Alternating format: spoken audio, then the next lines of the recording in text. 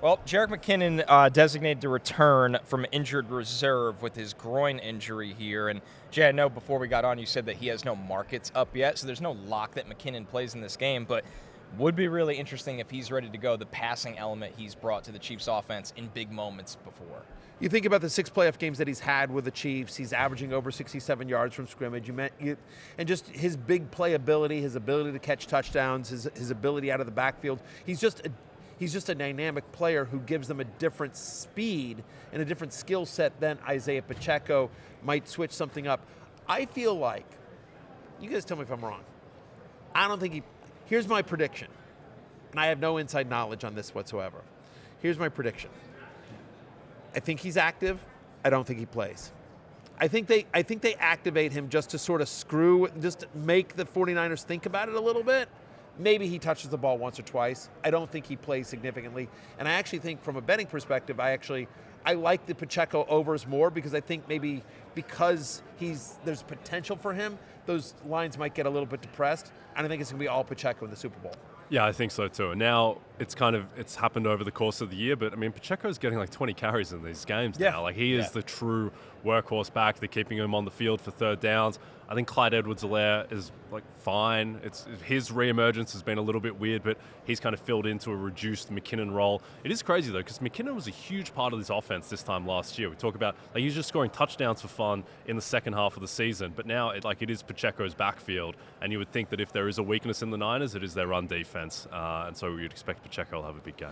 It also seems like, to your point, like the Chiefs took a long while to sort of find their offense in this season, and towards the second half of the year, down the stretch and then in the playoffs, they've sort of found their identity, which is, they've narrowed their target tree. It's really Travis Kelce and Rashee Rice. It's really those two guys. They'll take a shot here or there to MVS or whatever, but really it's those two guys, but it's mostly we're going to do power. We're going to try to play good defense and do power running with Isaiah Pacheco, and then take take calculated shots with Mahomes. And it feels like this is late in the game to suddenly be like, all right, let's get back to our freewheeling. We're going to do a bunch of different, crazy stuff, and Noah Gray running, a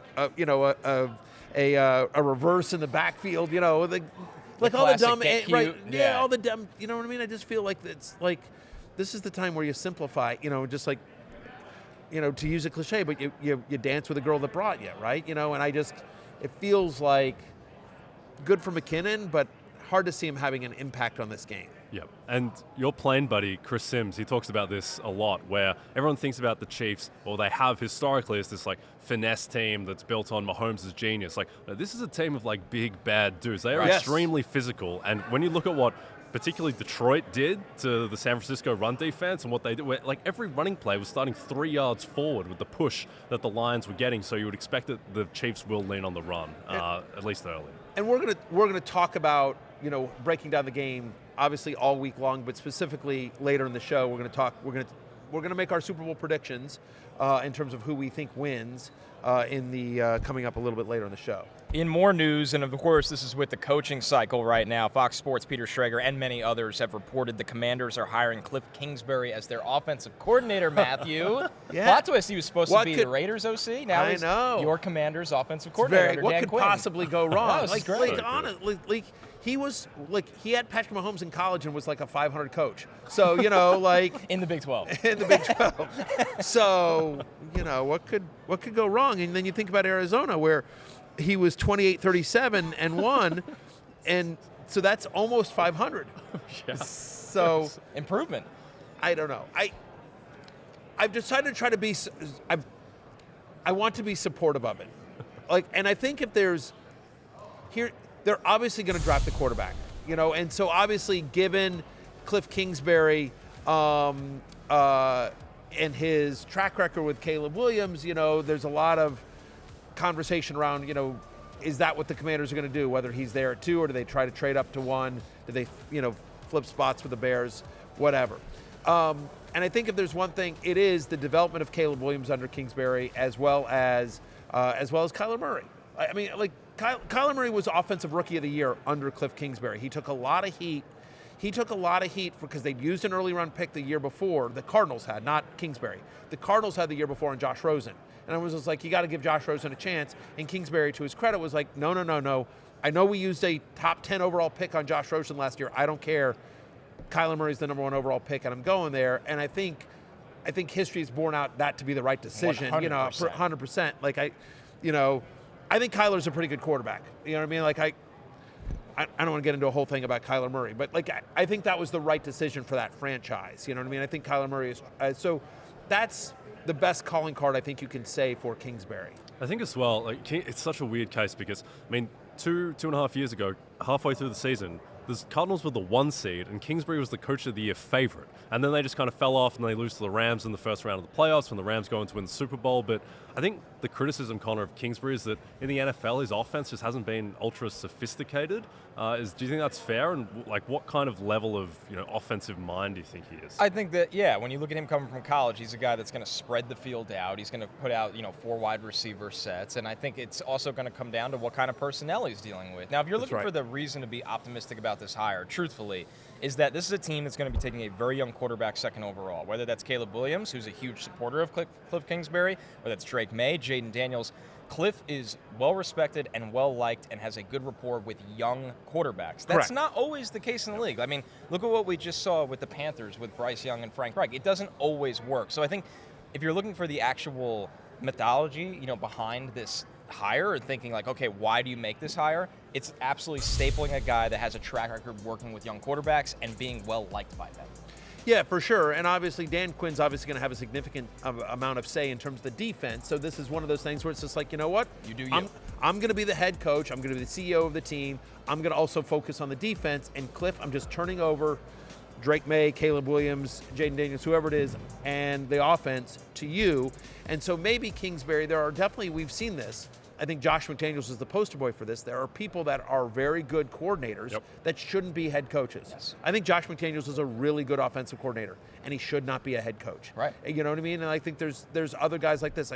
Wade Phillips was in a Vic Fangio, both great defensive coordinators, struggled as head coaches. We will see on Dan Quinn. Dan Quinn's been an amazing defensive coordinator. His first time as a head coach didn't totally work out. We'll see if that changes in his second go around here. But there is talent on this offense. In Washington, I will say, when I tweeted out the news, one guy tweeted back at me. I thought this was great. He goes, you think you like the move now? Wait till he turns John Dotson into Rondell Moore. I'm like, yeah, that could actually happen. I could see that. Part of the problem with the 4 wide system, Connor, to me, going from the pros to and we saw this with Spurrier too, is that when you run that in college, generally, like, you just have players that are faster than everyone else. Like, that was the thing. Spurrier's offense never worked in the NFL because when he was at Florida, like, he just had guys that were just so much better than everyone else. But you get to the NFL and, like, they're all fast. Exactly. You're creating space, right? That's the point. And it's like, okay, cool, I could throw a bubble screen 10 times a game, and 8 out of the 10 times he's going to beat the corner in front of him. Right. The way guys rally to the ball in the NFL, that doesn't work consistently. So I'm curious how Kliff's had a lot of time away from the NFL right now, and that's worked for guys at times. So maybe he can adjust, adapt, develop a run game in Washington that balances out that pass game where they do spread the ball. I will say, I just remember that we talked about this, and this ended up continuing. But like when Kingsbury was in charge of the Cardinals, like James Conner got a ton. Like we talked about this fact that, like, by the way.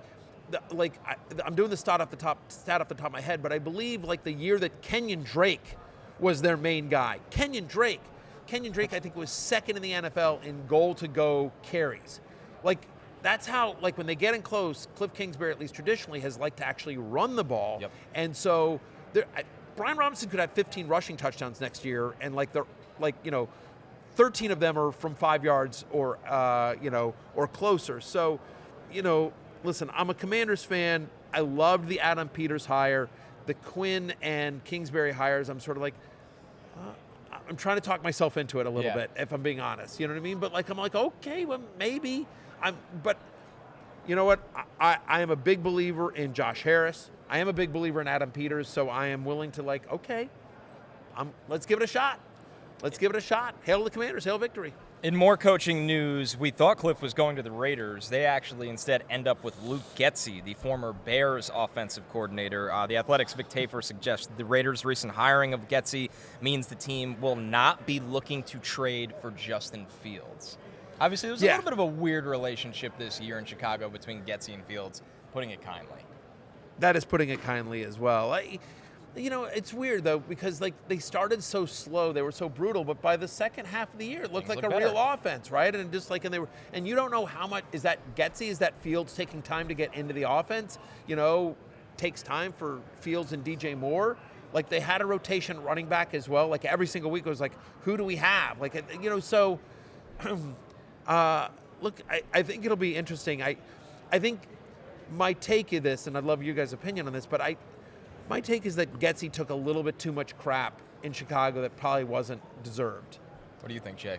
Yeah, I mean, that's kind of been the reporting, that the Raiders think that, the flaws of the Chicago offense weren't on Getsy. I just think that's a really hard thing to assess from afar. How do you know what the problem was? Yeah. I do think from what we saw, I just remember certain oddities about the Bears.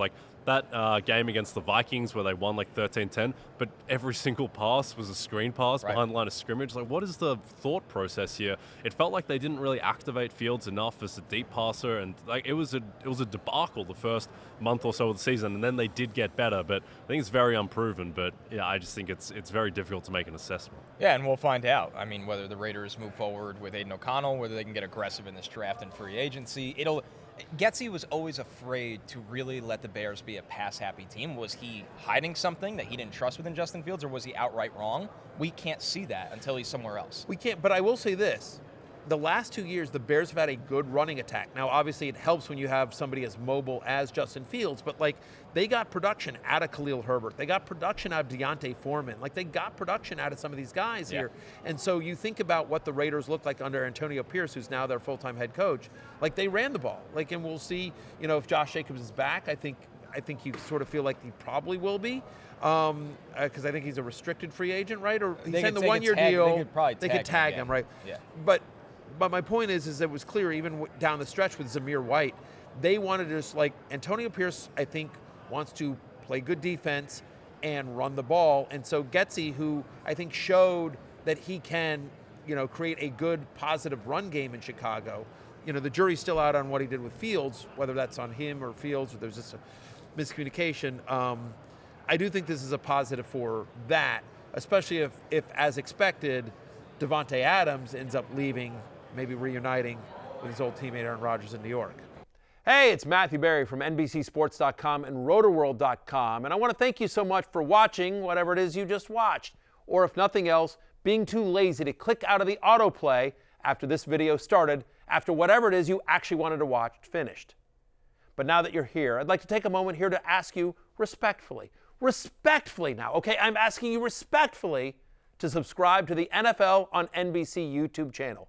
You'll get the latest RotoWorld fantasy news headlines, all sorts of great shows, including my own Fantasy Football Happy Hour. So go subscribe now. Again, I'm asking respectfully.